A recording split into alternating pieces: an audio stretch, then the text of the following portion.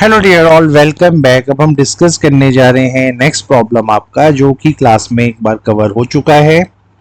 ऐसा ही कुछ क्वेश्चन, लेकिन एग्जैक्टली अभी तक हमने डिस्कस नहीं किया है। सो आप इसको ट्राई कीजिए कि आपको ये समझ में आए। सो एक ट्राइंगल है, एक पैरेललोग्राम है जिनका बेस सेम है। ठीक है, बेस सेम होने का मतलब ये है कि अगर मैं इस ट्राइंगल को यहाँ अंदर ले जाता कुछ ऐसे, तो इस पैरेललोग्राम का भी और इस ट्राइंगल का भी बेस हो जाता कहीं ना कहीं सेम। ठीक है, लाइक दिस, इस फिगर में। ठीक है, लेकिन figure is not important in this particular case. तो उसने क्या बोला है, एक पैरेललोग्राम ट्राइंगल ऐसा है जिसका बेस और एरिया तो सेम है, तो बेस ऐसे भी सेम हो सकता है, और कहीं ना कहीं आप चाहें तो इसको उल्टा भी कर सकते हैं फिगर को, लाइक दिस, है ना। और अब ये नीचे पहुंच के भी बेस सेम हो सकता है। तो वी हैव मल्टीपल ऑप्शंस, लेकिन फिलहाल अभी मैं इन्हें अलग अलग रख रहा हूं। इस क्वेश्चन में फिगर बनाने का नीड हमें नहीं पड़ेगा। तो अब देखते हैं क्या है। बस आप ये ध्यान रखिएगा, बेस इनका सेम है, और जो पैरेललोग्राम है आपका, उसका जो बेस है वो है 28 सेंटीमीटर। तो अगर पैरेललोग्राम का बेस 20 सेंटीमीटर है, तो इस ट्राइंगल का भी मैं इसी साइड को बेस एज्यूम करके इसको भी 28 सेंटीमीटर बोल सकता हूं। दूसरा, उसने बेस्ट पार्ट क्या बोला है कि इन दोनों का एरिया इज सेम, यानी इस ट्राइंगल का और इस पैरेललोग्राम का एरिया सेम है। अब इस ट्राइंगल में अगर एक साइड 28 है, तो एक साइड को मैं 26 सेंटीमीटर ले लेता हूं और इस साइड को मैं 30 सेंटीमीटर ले लेता हूं। ठीक है, अब आता है अगला इंपॉर्टेंट चीज। अगला इंपॉर्टेंट चीज में वो आपसे बोल रहा है कि हमें बताओ भाई कि हाइट क्या है इस पैरेललोग्राम की। तो अगर मैं यहाँ से एक स्ट्रेट लाइन ड्रॉ करूं, तो ये कहीं ना कहीं एक परपेंडिकुलर अगर मैं ड्रॉ करूं, तो ये इस पैरेललोग्राम का हाइट बन चुका है। ठीक है, तो इसी हाइट को हमें इस क्वेश्चन में करना है फाइंड। तो question is very very easy, बहुत इजी है। देखने में अजीब सा लग रहा है क्योंकि उसने ऑलरेडी आपको एरिया ऑफ ट्राइंगल और एरिया ऑफ पैरेललोग्राम उसने इक्वल बोला है। अब ये एरिया होता है पैरेललोग्राम का बेस इनटू हाइट। ठीक है, ये आपका बेस इनटू हाइट होता है। इस चीज को ध्यान रखिएगा, पैरेललोग्राम का एरिया बेस आपका 28 है, हाइट आपको निकालना है, और जो एरिया होगा यहाँ पे ट्राइंगल का, इसको हम निकालेंगे हेरॉन्स फॉर्मूला से। ठीक है, तो अब हेरॉन्स फॉर्मूले से आपने कई बार एरिया निकाला है, तो एक बार फिर से हम फाइंड करते हैं। सबसे पहले हमें फॉर्मूले में चाहिए एस।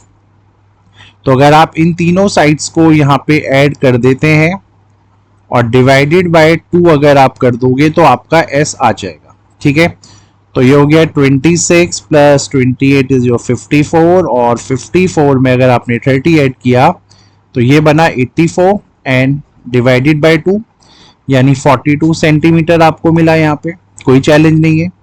अब अगर मैं हेरॉन्स फॉर्मूला अप्लाई करके यहाँ पे देखूं, तो आपको पता है एक तो यहाँ पे s आएगा, फिर आपको पता है कि s माइनस ए भी आता है। तो इस 42 में से अगर मैं किसी भी एक साइड 26 को माइनस कर दिया लेट से, तो मुझे यहाँ 16 मिला।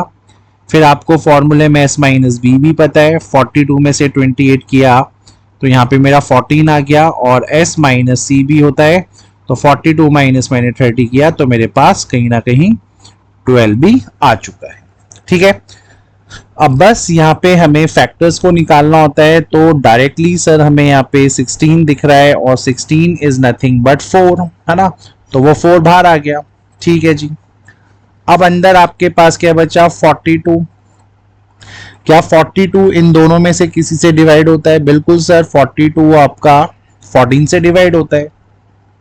तो 42 को आपने लिखा 14 इंटू 3। ठीक है, और इस 14 को एज इट इज ऐसे ही रहने दिया, और वहीं पे इस 12 को भी ऐसे ही रहने दिया। अब ये 14 और 14 दो बार है, तो ये भी बाहर निकलेगा, और ये हो जाएगा 4 इंटू 14। ठीक है, अब अंदर अंडर रूट में क्या बचा, 3 इंटू 12। तो 3 इंटू 12 आपको पता होना चाहिए 36 होता है, और 36 का अगर मैं अंडर रूट करूं तो 6 बाहर निकल के आएगा।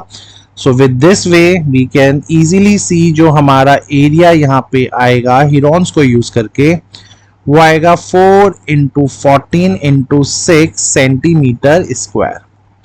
No need to solve this one because हमें एनी हाउ इसको डिवाइड करवाना ही है, क्योंकि इसको हमें यहाँ रखना है। तो हिरॉन से जब हमने एरिया देखा तो हमारा आया 4 इंटू 14 इंटू 6। अब अगर आपको यहाँ पे हाइट चाहिए तो ये बेस वाला जो चीज है 28 वो नीचे आ जाएगा। अब ये अगर 28 नीचे आ गया तो 28 को यहाँ से रिमूव होना पड़ेगा। तो ये हमने 28 को नीचे लेके आ गए और ये कहीं ना कहीं अब यहाँ से हट चुका है। ठीक है, तो मैं आपको इसको अभी यहाँ पे रिमूव कर देता हूँ। Got it.